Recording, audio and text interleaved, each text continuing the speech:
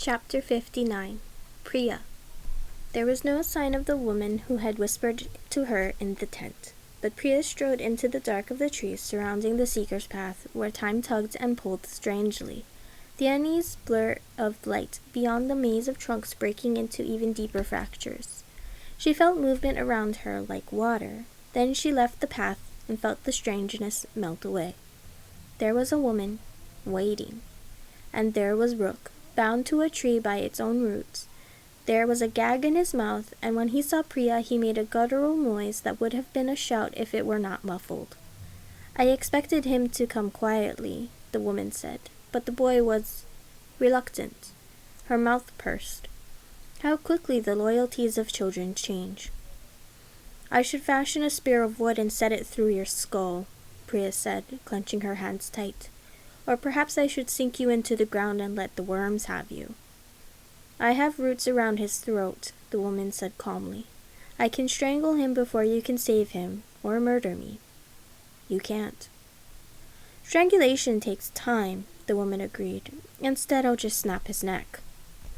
"He was one of your own," said Priya, "loyal to you and your cause. You'd really kill him." "If still he had any loyalty, he'd die willingly for the sake of seeing Ahiranya free." "He's a child," Priya snapped. "You'd truly murder a child you know with your own power." There was a noise, a hiss, as the roots coiled tighter and Rook kicked his feet furiously against the ground.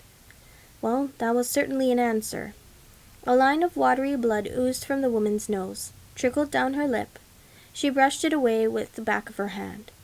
"We're spitting distance from Parijattvipans who would be happy to see rebels strung up," said Priya. "And the people traveling with me have no reason to like you very much either." "Well, they didn't stop me," said the woman, who wore no mask and carried none. There were strands of silver in her hair, lines around her mouth. "Without my mask, you and I are alike enough. Maidservant and maidservant, common woman and common woman, invisible. We're nothing alike." "No," agreed the woman. "You are a temple child. You have a duty to Ahiranya. When I was your age, I was no more than a worshipper, a pilgrim at your temple. And now I am your brother's follower, here to seek your help and ensure that you fulfill your duty. And you need to do is tell me the way. Where is Ashok? Why are you here and not him?" The woman cocked her head slightly. "You won't give me the way, even now." "If Ashok wanted to hurt or manipulate me, he'd do it himself," said Priya. "He doesn't even know you're here, does he? But you're loyal to him, obedient. Why would you come here without his blessing?" The woman said nothing. "He's dying, then," Priya murmured. She hated the way her heart twisted at the thought, a dull ache in her breast and throat. The woman said nothing again, but Rook made a choked noise, low and terrible, as if the roots had tightened further still. "I can't simply tell you the way," Priya said quickly. "The way must be shown. If Ashok is dying, there is a high possibility he won't have the strength to reach the Hirana before the end." The woman shook her head. "The way alone isn't all I desire from you. Ashok has a vision that must be fulfilled whether he lives or not." The woman swallowed, grief flickering over her face. "You have condemned him, but I know the vision is greater even than him, so I will put any thoughts of justice aside if you will come with me and hear him speak." She could not leave Bhumika and Sima and the rest of them vulnerable, but she couldn't leave Rook either. "Come with me and listen to your brother," said the woman, "or the boy dies." "Let him go now, and I'll come." The woman snorted. "No," she said, "he comes with us." Priya looked at Rook. His hair was stuck to his sweat-damp forehead, his face flushed, terrified and angry. "Fine," said Priya. "Let's go." The woman's name was Kritika.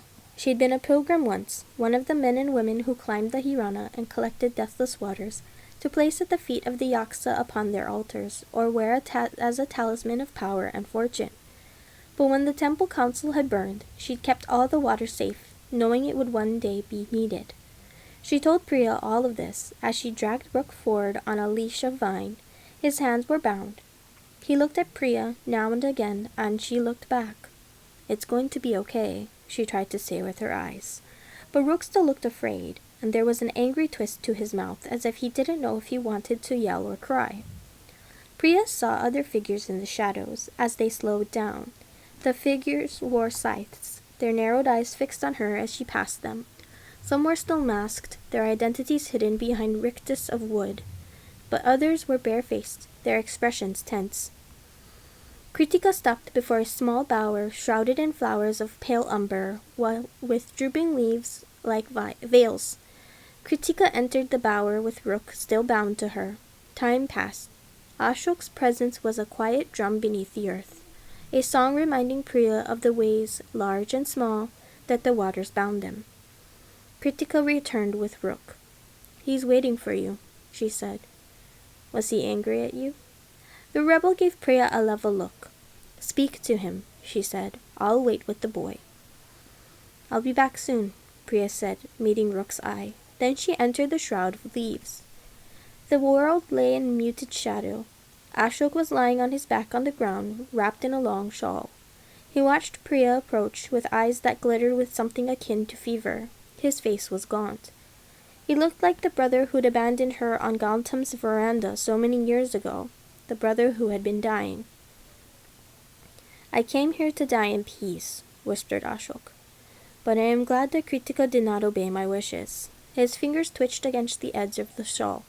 "Come closer." Priya drew closer, kneeled down beside him. "Are you sad, Priya?" he asked. "You knew this would be the consequence of refusing me the deathless waters after all. My death, and theirs." He gestured weakly at the entrance to the bower and the watchful figures who lay beyond it. "Don't place your death on my shoulders," she said roughly. "You chose this. You know the risks. So what happens now, little sister? When I am dead, will you let the Empire rip us all apart in its teeth? Will you lock away the deathless waters until you find someone you consider worthy of that power?" She shook her head, heart aching. "You're getting what you want after all, Ashok," she said quietly. "A free Ahiranya.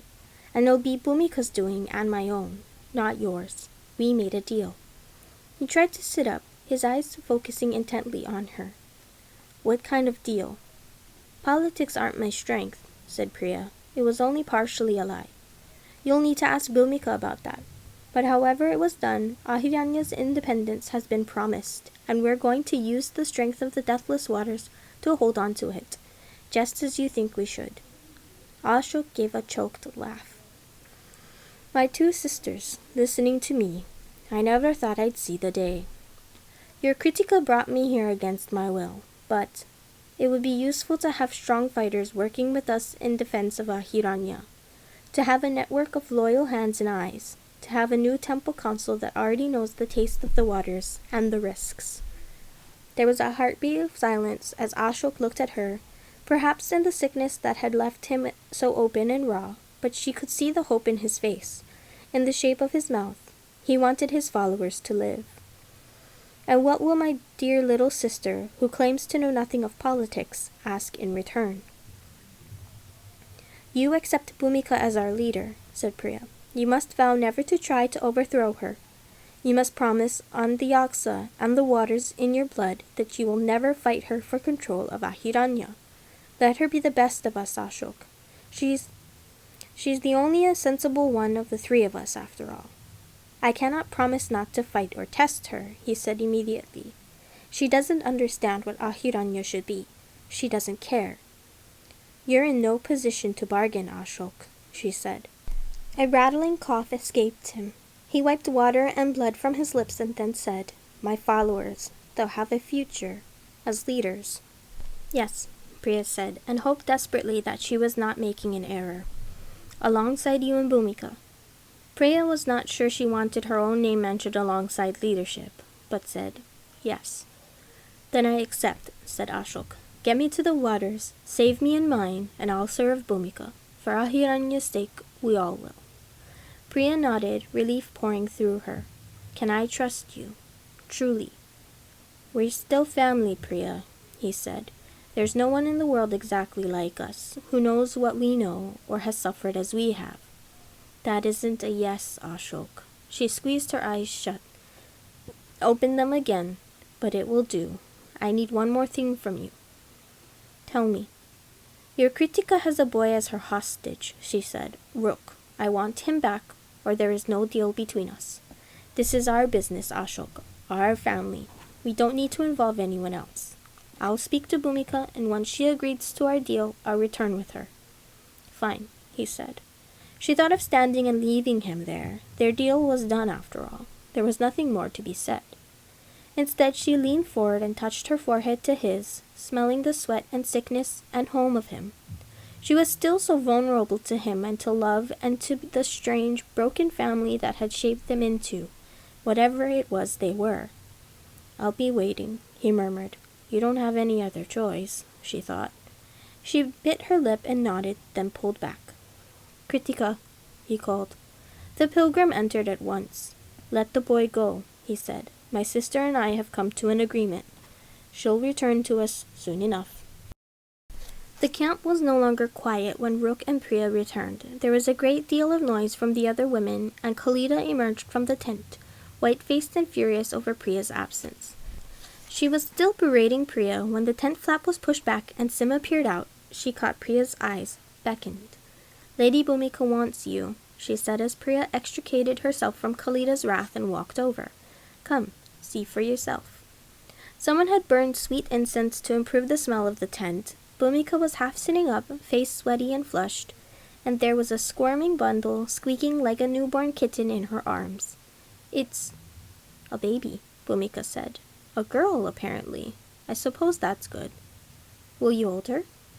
The baby was small and did not smell pleasant, and when she was placed in Priya's arms, Priya felt something overpowering, a kind of terror and wonder at the revolting beauty of life that made her want to hand away this small human as quickly as possible, and also hold on to her forever.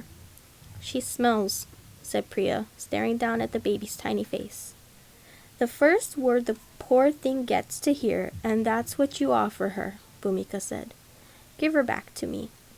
Priya did.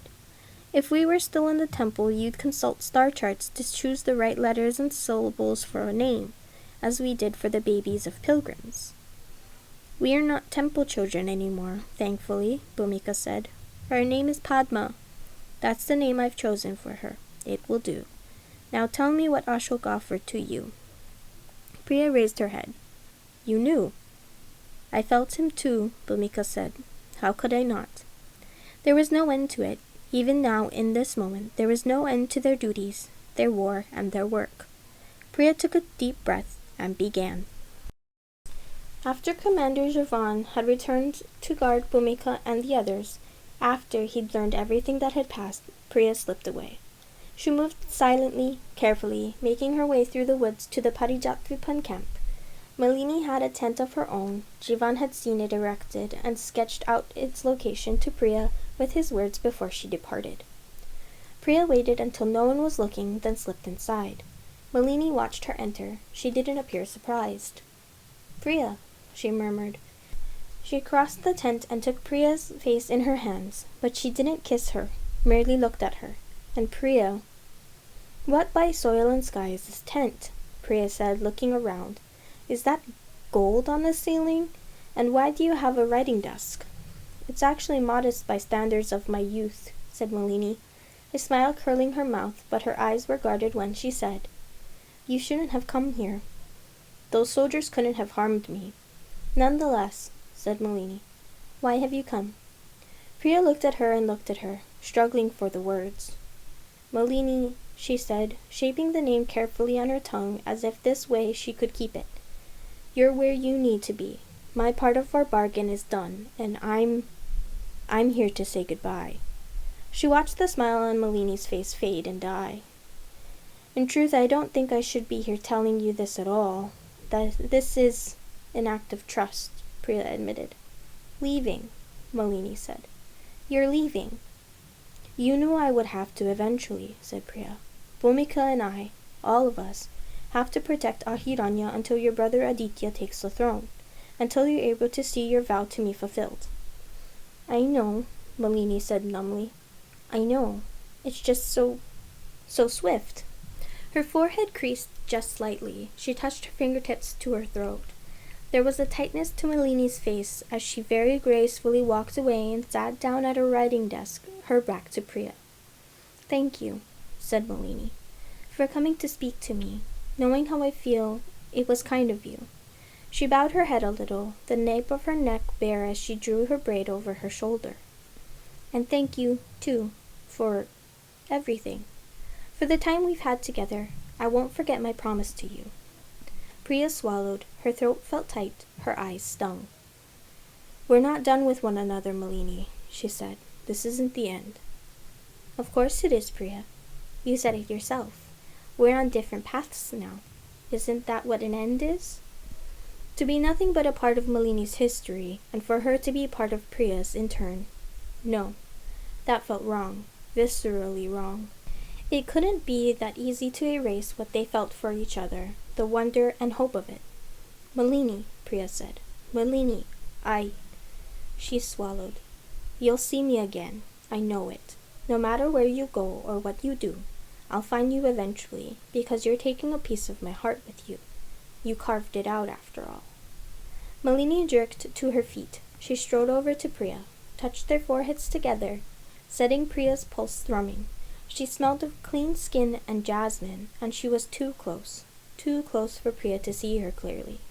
All Priya could see was a shadow of dark hair, the flicker of the oil lamp casting shadows on Malini's cheek, Malini's clenched jaw, her lashes damp. "At least kiss me goodbye," Priya whispered. "At least do that." Malini cupped her face in her hands and kissed her. Malini took her lip between her teeth, soothed the sting of it with the gentleness of her tongue, and kissed her deeper. Priya, her blood singing, cupped the back of Malini's neck in her palm. The warm, silky skin brushed her thumb over the feathery, faint tendrils of hair at the nape of the faint silver of an old scar, and drew Malini closer again and again. It was a lush kiss, a biting one. It was a goodbye, and it made Priya's heart hurt. "I could make you stay," Malini whispered, drawing back, her breath unsteady and a wild look in her eyes. "I could convince you. I've convinced so many people to do what I want in the past. If I can cajole someone into treason, surely I can convince you to stay by my side." She leaned into Priya's handhold. "You want to, after all. You don't want to leave me. You wouldn't be here if you truly wanted to leave me." There was want in her words, but fear too. Priya knew. It was the same fear Malini had admitted when she'd spoken of how she had almost placed the knife in Priya's heart. It was fear of herself. "You couldn't convince me," Priya told her. "Couldn't trick me. I'm absolutely sure of that. I have a purpose and a goal, and even you can't make me give it up. I promise, Malini." She kissed her again, the lightest brush of their lips against Malini's cheek. "I promise." Malini exhaled. "Good," she said. "That's good." Then she turned her head, meeting Priya's mouth with her own, brushing her lips together once again before she drew back, and turned away. "You should go now, if you want to leave before it's late. Go now, Priya." Priya looked at Malini, at her back forbidding line. "I promise you I'll come back," Priya said to her. "I know you don't think much of prophecies, or portents, or fate, or anything of that sort. But one day I'm going to come and find you. By then, I expect you will have long forgotten me. Maybe I'll only be able to walk the edges of whatever mahal you live in. But as long as you want me, I'll come. If you want me to find you, I'll come." There were so many things Priya didn't know how to say. "The moment I saw you, I felt a tug. You are the feeling of falling the tidal waters, the way a living thing will always turn, seeking light. It isn't that I think you're good or kind, or even that I love you. It is only that, the moment I saw you, I knew I would seek you out, just as I sought the deathless waters, just as I sought my brother, just as I seek all things, without thought, with nothing but want." Priya said again, "If you want." "You'll always be welcome," Malini said abruptly, as if the words had been wrenched out of her. "When you come and find me, you'll be welcome. Now, Priya, please." Priya swallowed. "Goodbye, Malini," she said.